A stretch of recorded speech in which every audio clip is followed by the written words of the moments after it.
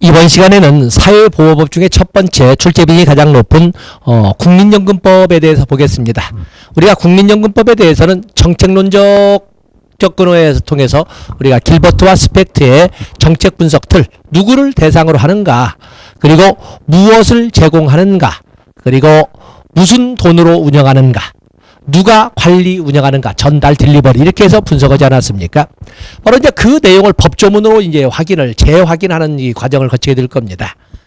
여러분 알다시피 국민연금제도라고 하는 것은 정책론적으로 본다면은 1973년에 정부 의도는 있었습니다. 국민복지연금법이 제정된 때가 있었으나 그러나 그것은 시행령이 만들어지지 않음으로써 시행도 되지 못하고 법만 있다가 1986년에 국민연금법이 제정되면서 폐지되고 1988년부터 국민연금제도가 시작된 겁니다. 그래서 우리나라의 연금제도의 정부 의도는 73년도였겠지만 우리의 실행은 1988년도였다라고 이렇게 알아주시면 됩니다.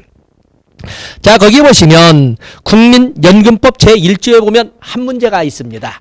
거기에 보면은 우리가 사회보장기본법에 보면 사회적 위험으로 8가지를 제시하지 않았습니까?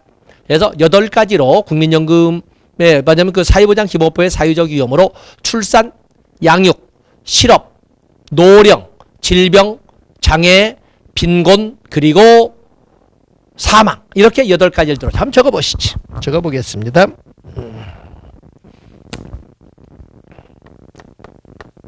사회적 위험 뭐 3D니 4D니 4고 5학은 여러분들이 알고 계신다고 보고, 여기 사회보장기본법에서는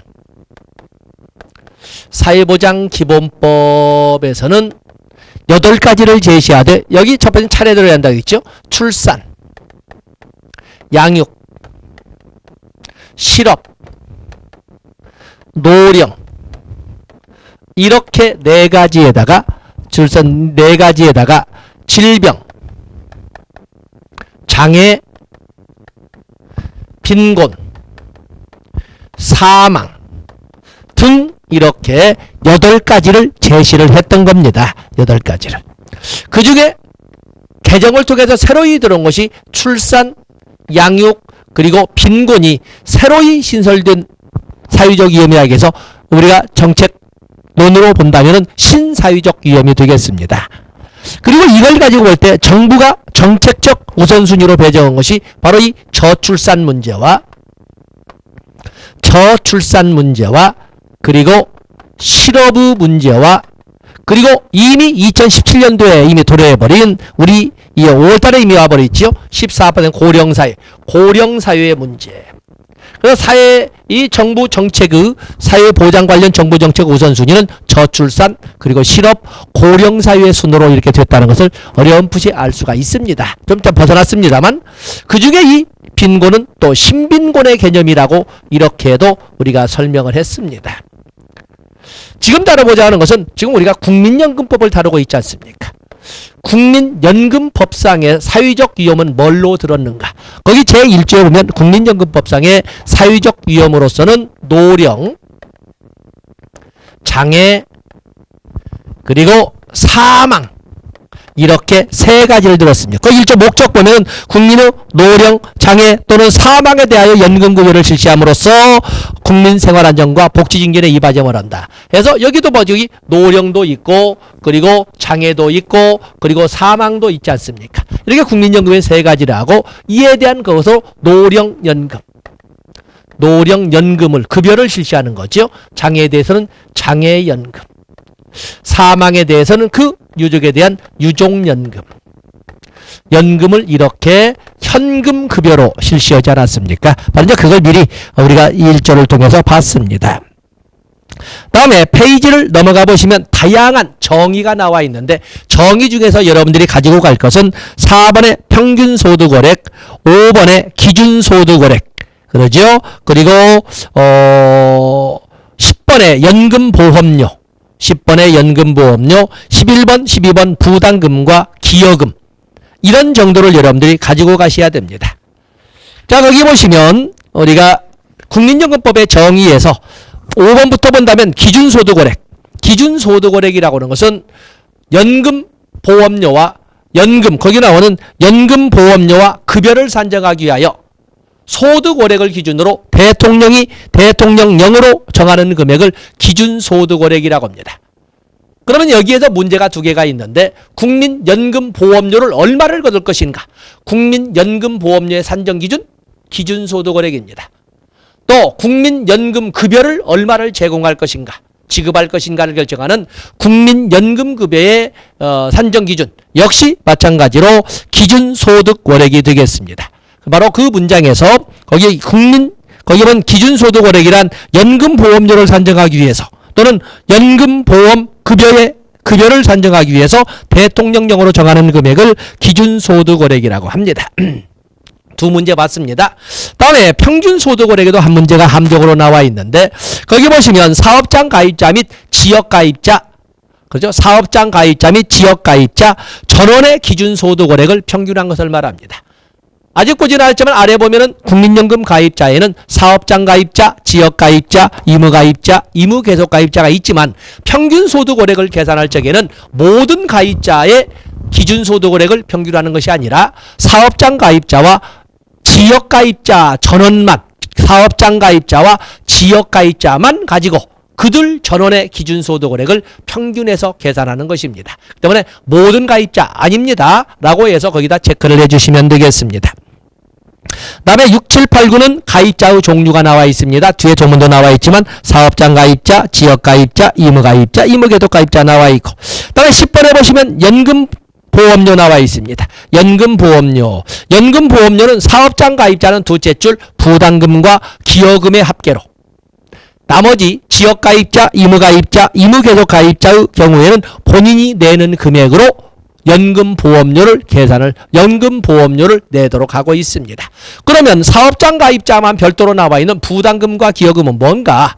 부담금이라고 하는 것은 회사에서 내는 돈, 그에 비해서 기여금이라고 하는 것은 근로자가 내는 돈이라고 생각하시면 되는데 11번, 12번에 이렇게 나와 있지요. 부담금 사용자가 부담하는 금액, 기여금은 근로자가 부담하는 금액. 물론 각각 기준소득원액의 4.5%씩을 말합니다. 다 좋고 다음에 거기 오른쪽 페이지에 오면 국민연금 심의위원회가 있습니다. 자 여기에서 먼저 선수학습 하겠습니다. 사회보장 기본법에 보면 사회보장위원회가 있습니다. 사회보장위원회는 국무총리 소속하에 두되 국무총리를 위원장으로 하고 위원장 한 사람, 부위원장 3사람을 포함한 30명 이내의 위원으로 합니다. 이때 부위원장은 기획재정부 장관, 교육부 장관, 보건복지부 장관으로 한다는 것도 우리가 살펴봤습니다. 사회보장에는 사회보험, 공공부조, 사회서비스가 있기 때문에 어떤 사회보장 법에 규정되어 있는 사회보장위원회는 국무총리 소속이고 국무총리가 위원장입니다.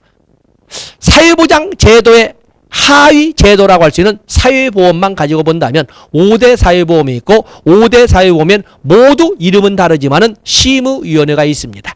여기 있는 것처럼 국민연금 심의위원회, 국민건강보험 심의위원회, 또 고용보험위원회, 산재보험 및 예방위원회, 장기요양위원회 이런 명칭은 다르지만 모든 5대 사회보험에는 법률에 심의위원회가 있습니다. 사회보장위원회가 국무총리 소속인 것처럼 이것들은 국무총리 소속보다는 낮은 위에 있죠.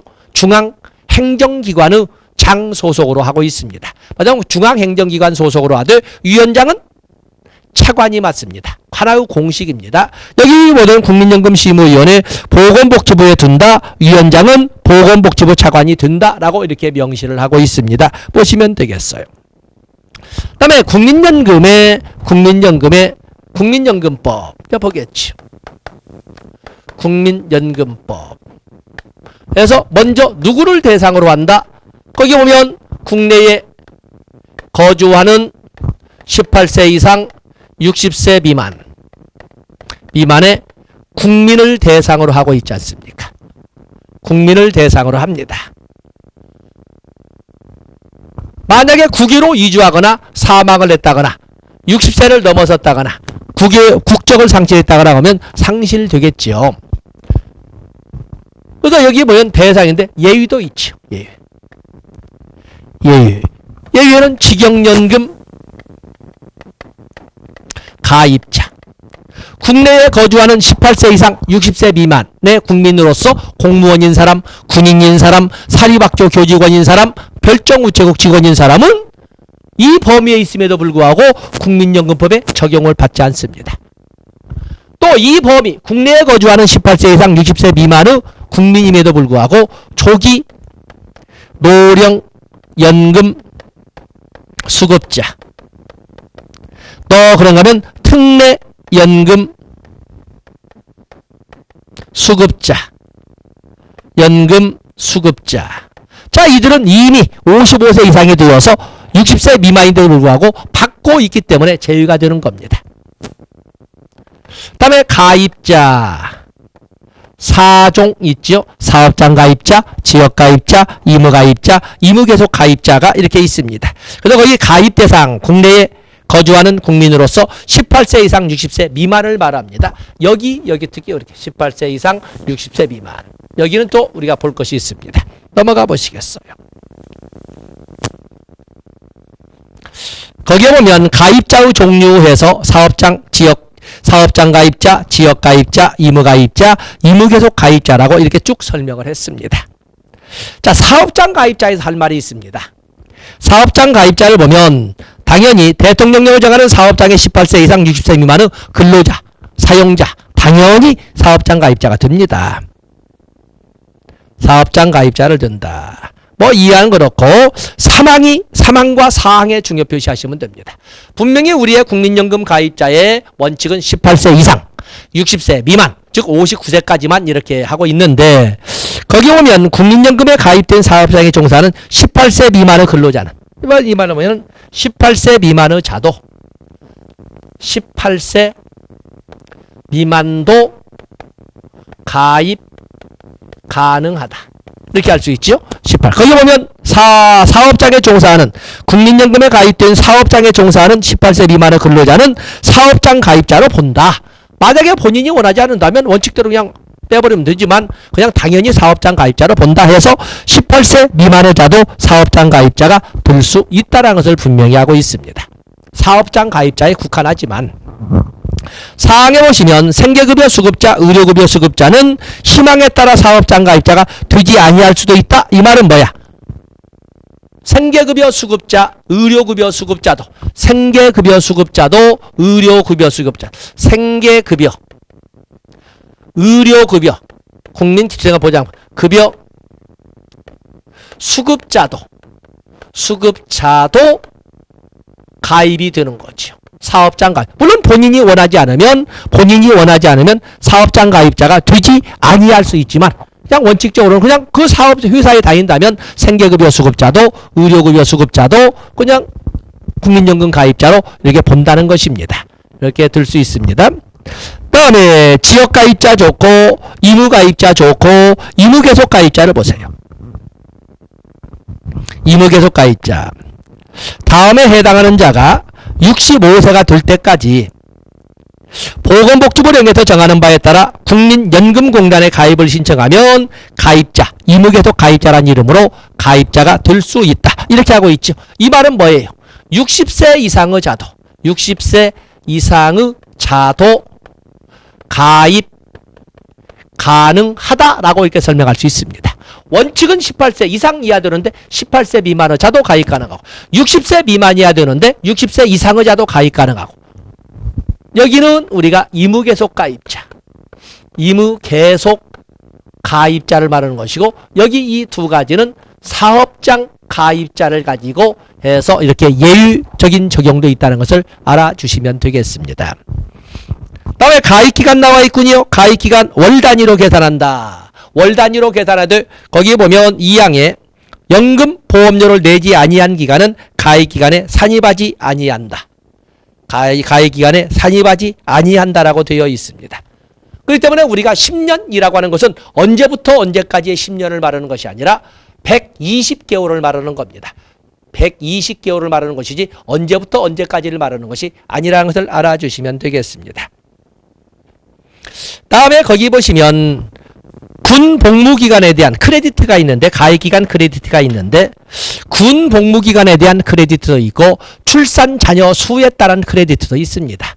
추가 산입이 있죠. 군복무는 어떤 명칭으로든 간에 6개월 이상을 의무 직업이 아닌 의무 복무의 기간을 6개월 이상을 채운 사람은 20개월이든 6개월이든 차별을 두지 않고 그가 나중에 노령연금 수급권자가 되면 그의 가입 기간에 6개월을 더하여 계산하도록 하는 것을 군 복무에 따른 가입 기간 추가 산입이라고 설명을 하고 있습니다. 어떤 명칭이든 간에. 거기 보면 사망에 단위 군 복무는 국가의 의무이기 때문에 그에 소요되는 재원은 국가가 전부 부담한다 이렇게 되어 있습니다. 그에 비해서 출산에 따른 가입 기간 추가 산입 나와 있지요. 거기는 자녀가 둘 이상인 경우 둘째에 대해서는 그 부모가 노령연금 수급권자가 되어 있을 때 자녀의 수에 따라서 가입기간의 수를 더해주는 건데 둘째 자녀에 대해서는 12개월, 셋째부터는 각각 18개월씩 가입기간을 더해서 가입기간에 추가 산입을 하는 겁니다. 그렇다 해도 언제까지나 남보라 탤런트 이것처럼 10명 뭐 이렇게 해도 언제까지나 그런 건 아니고 50개월을 상한선으로 해서 이렇게 계산을 합니다. 그래서 거기 보시면 1항을 보시면 여러분이 알 수 있습니다. 그래서 자녀가 둘인 경우에는 12개월, 자녀가 셋인 경우에는 둘째 자녀 12개월에 둘째 자녀를 초과한 자녀 한 명마다 18개월을 더한 개월수로 하되 위에서 1번의 넷째 줄 50개월을 초과할 수 없다라고 이렇게 규정을 하고 있습니다. 다음에 국민연금공단도 있는데 딜리버리는 당연히 국민연금공단이지요. 국민연금공단인데 거기에는 복지사업도 하고 대여사업도 한다는 것을 알 수가 있습니다. 자, 여기서 우리가 예율을 받고 다음에 두 번째 급여는 뭐예요? 급여. 두 번째 급여는 당연히 아까 나온 것처럼 노령에 대한 노령연금 그리고 장애연금, 유족연금이 있는데 급여는 처음에 현금급여라고 그랬죠. 현금급여로 제공되는 소득보장제도라고 그랬어요. 국민연금보험급여의 산정기준은 기준소득월액이라고 그랬어요. 기준소득월액을 산정기준으로 본다고 그랬습니다. 그래서 기준소득월액에 사업장 가입자 뭐 여기 나와서 이렇게 기준소득월액으로 급여를 하고 유형을 보면은 뭐 급여의 계산은 기본연금액 플러스 부양가족 연금액으로 계산을 하되 이 급여의 종류로서는 이미 앞에서 적어본 것처럼 노령연금, 장애연금, 사망시 유족연금 외에도 반환일시금이 있다고 그랬습니다. 반환일시금이 이렇게 있다라고 이렇게 설명을 합니다. 노령연금에 관련된 것으로는 여러분들이 분할연금도 같이 공부를 해 주셔야 되고 그리고 유족연금의 여건이 충족되지 않을 경우에는 사망일시금도 같이 공부를 해 주셔야 됩니다. 이러한 급여가 있다. 그래서 교재를 보면은 거기 네 가지 연금을 설명하되 연금액은 기본연금액과 부양가족연금액을 기초로 산정한다라고 이렇게 규정을 하고 있지 않습니까? 봤습니다. 거기 기본연금액 그 계산이 이렇게 나와 있는데 거기까지는 부담을 갖지 않겠습니다만 기본연금액의 중요한 것은 그 1.2 첫째 줄에 보면 1,000분의 1,200을 곱한 금액으로 한다 해서 1.2에 대해서 기억해 놓으셨다가 나중에 문제풀이 할 적에 한 번쯤은 사용을 하게 될 겁니다. 다음에 거기 보시면 중요한 것이 오른쪽 페이지에 5번에 수급권의 보호가 나와 있죠. 여러분들은 사회보장 기본법을 공부하실 적에 사회보장 수급권은 압류금지, 담보제공금지, 양도금지. 왜? 일신전속권이니까. 역시 사회보장 수급권의 하나인 국민연금 수급권에 보면은 양도금지, 압류금지, 담보제공금지가 되겠습니다. 권리가 그렇다는 것입니다. 그런데 이양 중요 표시하시고 권리는 이렇게 일신전속권이니까 양도도 안 되고 담보 제공도 안 되고 압류도 되지 않지만 그러나 그 급여는 어떤 급여다? 국민연금 급여는 현금 급여지 않습니까? 그래서 거기에 보시면 수급권자에 지급된 급여는 대통령령으로 정하는 금액 이하는 압류할 수 없다. 바로 대통령령으로 정하는 금액을 150만 원으로 하기 때문에 150만 원까지는 압류할 수 없지만 150만 원이 넘는 것은 압류할 수 있습니다. 권리는 일신전속권으로 전면금지지만 급여는 현금이기 때문에 대통령령으로 정하는 150만 원을 넘는 금액에 대해서는 압류할 수 있다는 것을 알아주시면 되겠습니다. 다음에 노령연금. 노령연금의 기본 전제 조건은 10년 이상. 아까 10년이 뭐라고 그랬죠? 언제부터 언제까지가 아니라 보험료 납입 기간이 120개월 이상을 말하고 그리고 60세 이상이어야 합니다. 59세까지는 내야 되고 60세부터는 보험료를 내지 않는데 이렇게 되어 있지요. 그러나 거기 2항 중요 표시하시고 조기 노령연금이 나와 있습니다. 가입기간이 10년 이상이고 그리고 55세가 넘었는데 소득이 있는 업무에 종사하지 않은 경우 우리 말을 완곡에 적었습니다만 우리말로 한다면 끼니를 갈망하기 어렵다면 60세가 되지 않았음에도 불구하고 미리 선 지급할 수 있다라고 이게 규정하고 있는 것이 바로 이 조기 노령연금이 되겠습니다. 그래서 본인이 희망하면 60세가 되기 전이라도 본인이 청구한 때부터 생존한 동안 연금을 미리 지급할 수 있다 한 것이 조기 노령연금이 되겠습니다. 거기 보시면 지급연기에 대한 것도 나이가 다 줬으면 넘어가십니다. 넘어가시고 다음에 노령연금에 대해서 페이지 넘어가 보시면 노령연금액이 나와 있죠. 아까 말씀드린 것처럼 법조항에도 나와 있고 가입기간 10년 이상이면 국민연금 급여를 지급하는데 국민연금 급여는 기본연금액 플러스 부양가족연금으로 지급한다고 그랬습니다. 가입기간 10년이면 즉 가입 보험료 납입이 120개월 이상이면 기본연금액 50% 플러스 부양가족연금으로 지급합니다. 그리고 가입기간이 1년이 초과할 때마다 기본연금액의 5%씩이 가산되어서 부양가족연금액과 더해서 주게 되는 겁니다. 만약에 가입기간이 11년이면 기본연금액 55% 플러스 부양가족연금액, 12년이면 기본연금액 60% 플러스 부양가족연금액을 지급해서 만약에 19년이면 기본연금액 95% 플러스 부양가족연금액 그리고 20년이면 기본연금액 100% 플러스 부양가족연금액으로 해서 이렇게 지급을 하는 겁니다. 그에 대한 조항을 바로 63조 제1항에서 규정을 하고 있는 것입니다. 다음에 오른쪽에 보시면 분할연금 수급권자가 나와 있는데 분할연금은 혼인기간이 5년 이상인 사람이 이혼했을 때 그 배우자였던 사람이 노령연금 수급권자가 되면 그가 받는 노령연금 급여의 기본연금액의 일정 비율을 나눠서 기본연금액의 일부를 나눠 쓰자라고 청구할 수 있는 권리를 분할연금 청구권이라고 하는데 조건이 있습니다. 물론 당연히 5년 이상 혼인, 가입기간 중에 혼인기간이 5년 이상이어야 되고 이혼해야 되고 그러는데 문제는 청구할 수 있는 사람도 60세 이상이 되어야 한다는 것입니다.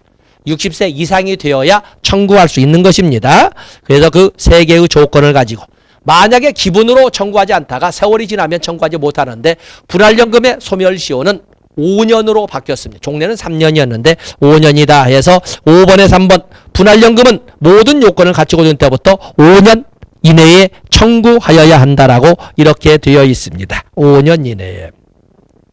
다음에 장애연금도 있습니다. 질병이나 부상이 치유된 후에도 장애가 남아있으면 장애가 지속되는 동안 장애연금을 지급하는데 중요한 것은 페이지를 넘어가 보시면 하단부에 장애연금은 4등급으로 되어 있습니다.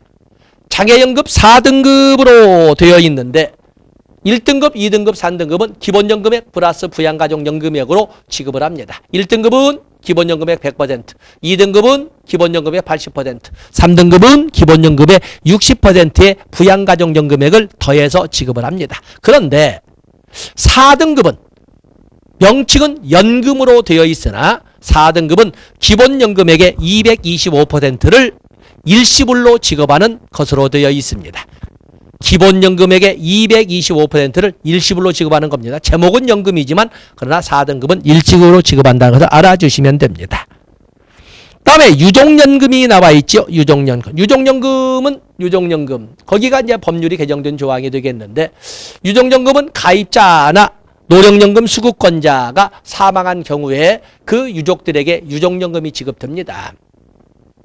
그런데 거기 보면 노령연금 수급권자가 사망한 경우, 니은번 가입기간이 10년 이상인 가입자나 가입자였던 자가 사망한 경우, 디귿번 니을번이 나와 있는, 또 미음번 장애등급이 2급 이상인 장애연금 수급권자가 사망한 경우에는 유족연금이 발생합니다. 장애연금 받는다 무조건 발생하는 2급 이상 수급권자였던 사람이 사망한 경우에 발생하는 겁니다. 디귿번에 보면 연금보험료를 낸 기간이 가입 대상 기간의 3분의 1 이상인 가입자나 가입자전 자가 사망한 경우에는 유족연금이 발생하지만, 보험료를 낸 기간이 가입 대상 기간의 3분의 1도 되지 못하면 일시금만 발생할 뿐입니다. 또 그런가 하면 거기 사망일 5년 전부터 사망일까지, 사망 전 5년 전부터 사망일까지 기간 중에 보험료를 낸 기간이 3년 이상은 되어야, 3년 이상이 된 사람이 사망한 경우에만 유족연금이 발생하는 것이지, 그렇지 않으면 발생하지 않습니다. 자, 이런 것들 여러분들이 꼭 체크를 해주셔야 되고, 거기 보면 유족의 범위는 배우자는 당연하고 손자녀까지 이촌 범위를 따지고 있는데, 배우자는 사실혼까지 포함이 되지만 자녀는 법률이 바뀌어서 자녀라고 해서 무조건 유족연금이 발생하지 않습니다. 사망할 당시 생계를 같이 하던 유족 중에서도 자녀는 25세 미만이거나 장애등급 2급 이상이어야 합니다. 그에 비해서 손자녀는 18세 미만이거나 장애등급 2급 이상이어야, 19세 미만이거나 장애등급 2급 이상이어야 합니다. 그에 비해서 부모나 조부모는 60세 이상이거나 장애등급 2급 이상이어야 한다. 그래서 유족연금 수급권자에 대해서는 연령 제한과 장애 제한이 있다. 자녀는 25세 미만, 손자녀는 19세 미만이고, 이런 제한, 또 장애등급은 2급 이상이어야 된다는 제한이 있다는 것을 알아주시면 되겠습니다.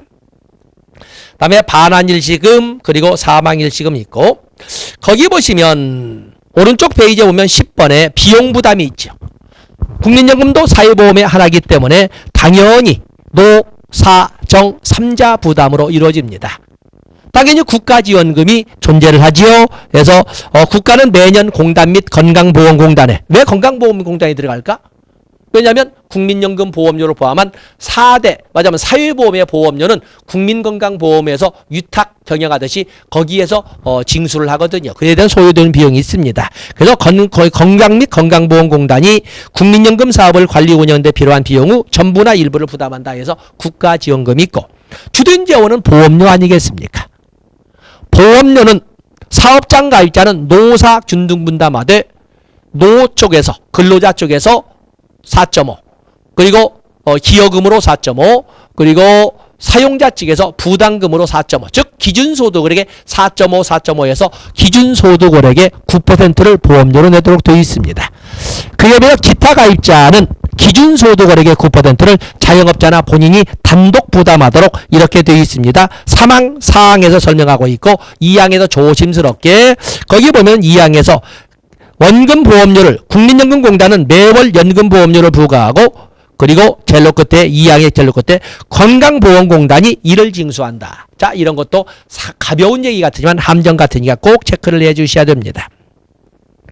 만약에 국민연금법상을 적용을 할 적에, 국민연금법상 만약에 권리 침해가 있다면 어떻게 구제를 받을 수 있는가 라고 하는 절차는 바로 심사 청구와 재심사 청구 절차로 되어 있다는 것을 꼭 기억해 두셔야 됩니다. 심사 청구와 재심사 청구의 절차가 있다. 그리고 마지막 페이지에 보시면은 거기 보칙에 소위 시효는 무조건 5년이라는 걸 봐주시면서 사회보장협정에 나와 있죠.